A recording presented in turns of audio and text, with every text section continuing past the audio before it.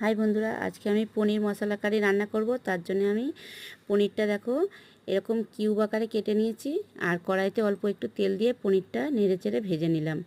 তারপরে আমি পনিরটা তুলে নিয়ে দিয়ে দিচ্ছি আমি 1 চিমটে হিং আর একটু কালো জিরে।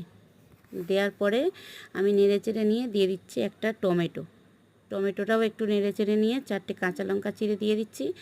তারপরে নেড়েচেড়ে নিলাম, আবারও দিয়ে দিচ্ছি আমি রসুন পেস্ট করা, আদা পেস্ট করা দিয়ে দিলাম, স্বাদ মতো লবণও দিয়ে দিলাম, দিয়ে নেড়েচেড়ে নিলাম। তারপর জায়ফল পাউডার অল্প একটু দিয়ে দিলাম।